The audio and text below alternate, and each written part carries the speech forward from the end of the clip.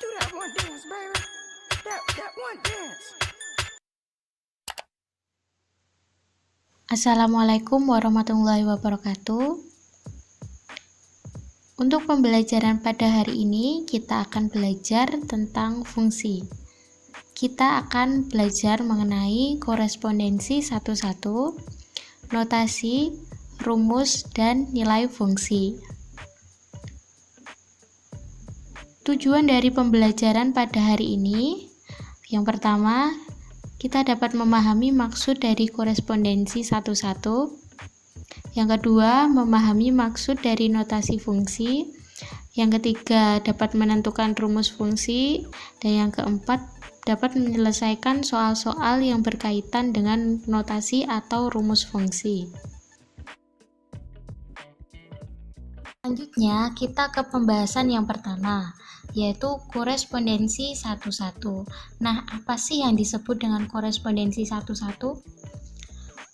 Korespondensi satu-satu dari himpunan A ke himpunan B adalah fungsi yang memetakan setiap anggota himpunan A kepada tepat satu anggota pada himpunan B, dan juga sebaliknya. Nah, inilah nanti yang membedakan antara fungsi biasa dengan fungsi korespondensi satu-satu. Kalau fungsi biasa, kita cuman memikirkan himpunan asalnya saja.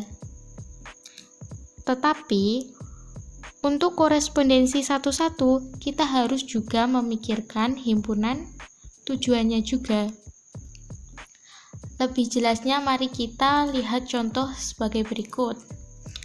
Kalau misal ada himpunan A dan himpunan B, fungsi biasa bisa saja seperti ini. A1 ke B1, A2 ke B1, A3 ke B3, dan A4 ke B2. Nah, ini sudah dinamakan dengan fungsi. Karena apa? Karena himpunan asalnya ini anggotanya memiliki tepat satu pasangan di himpunan B, dan syaratnya dia juga tidak berselingkuh. Tetapi di himpunan tujuannya ini, B4 tidak mempunyai pasangan di himpunan A.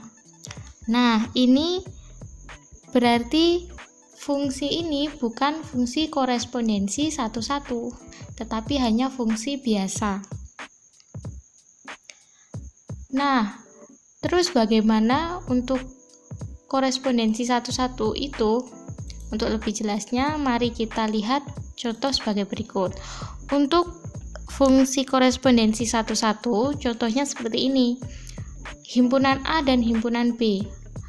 Misal anggotanya A1 memiliki pasangan di B1, A2 memiliki pasangan di B2, A3 pasangannya B3, dan A4 pasangannya B4. Nah, ini disebut dengan korespondensi satu-satu karena himpunan asal ini memiliki tepat satu di himpunan tujuannya. Sedangkan himpunan tujuannya juga memiliki tepat satu pasangan pada himpunan asalnya atau di himpunan A-nya.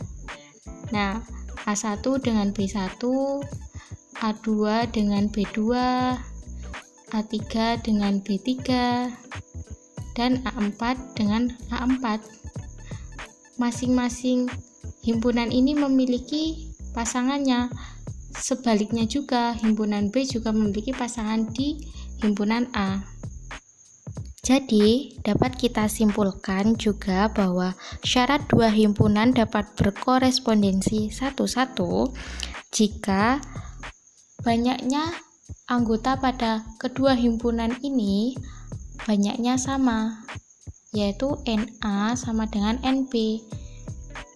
Dikatakan jumlahnya sama, yaitu ada anggotanya A1, A2, A3, A4.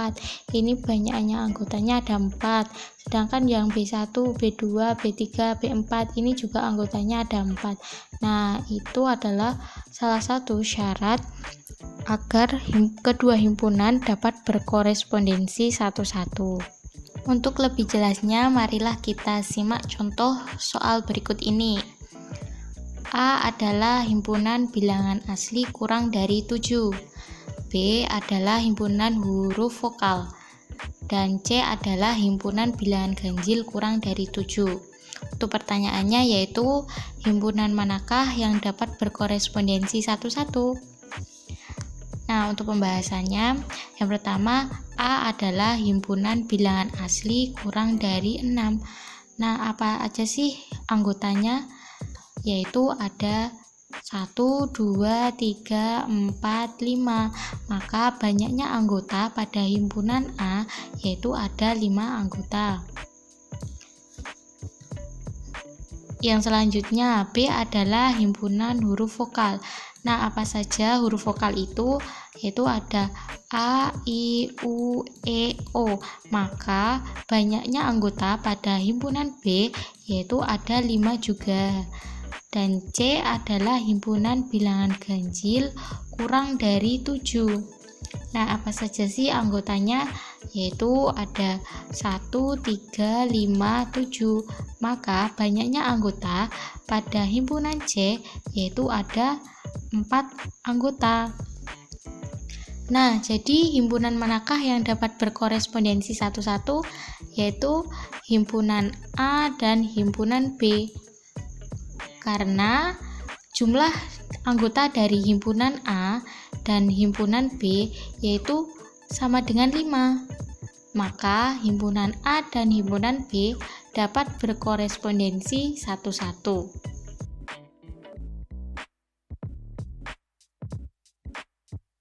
Kita ke contoh soal selanjutnya, yaitu terdapat diagram panah yang menunjukkan korespondensi satu-satu antara himpunan A ke himpunan B. Nah, ini manakah yang disebut dengan korespondensi satu-satu? Untuk yang pertama, terdapat himpunan A dan himpunan B. A1 pasangannya B4, A2 pasangannya B3, A3 pasangannya B4, dan A4 pasangannya B2. Nah, ini merupakan fungsi, tetapi dia bukan fungsi korespondensi satu-satu. Karena apa? Karena di himpunan tujuannya atau di himpunan B masih ada yang kosong. Jadi ini bukan korespondensi satu-satu. Nah, kita ke contoh selanjutnya. Ini terdapat diagram panah himpunan A dan himpunan B. A1 pasangannya B3, A2 pasangannya B1, A3 pasangannya B2, dan A4 pasangannya B4. Nah, ini merupakan contoh dari korespondensi satu-satu karena pada himpunan asal dan himpunan tujuannya mereka sama-sama mempunyai pasangan. Anggotanya mempunyai pasangan. Jadi ini merupakan fungsi korespondensi satu-satu. Untuk lebih jelasnya lagi, mari kita simak contoh selanjutnya. Yaitu diberikan di antara HPPL berikut ini, manakah yang merupakan korespondensi satu-satu? Terdapat A, B, C. Nah, manakah yang merupakan korespondensi satu-satu? Mari kita cek satu-satu. Untuk fungsi biasa, kita hanya mencermati pada himpunan asal, yaitu biasanya terdapat pada baris yang pertama, yaitu A, B, C. Nah, dikatakan fungsi jika himpunan asalnya ini hurufnya berbeda. Nah, A, B, C kan hurufnya berbeda, tetapi untuk himpunan tujuannya dia boleh sama. 2. Nah, ini untuk yang A, ini bisa dikatakan sebagai fungsi, tetapi dia tidak dikatakan sebagai fungsi korespondensi satu-satu. Karena apa? Karena pada himpunan tujuannya itu tidak boleh sama. Jadi, kalau dia dikatakan korespondensi satu-satu jika untuk himpunan asal dan himpunan tujuannya, dia hurufnya berbeda semua. Jadi untuk yang A ini dia fungsi tetapi dia bukan fungsi korespondensi. Nah, kita cek untuk bagian yang B. Dia himpunan asalnya yaitu A, dan C. Nah, ini ada yang sama. Ini bukan fungsi karena pada himpunan asal dia berselingkuh A-nya pada 1 dan 2.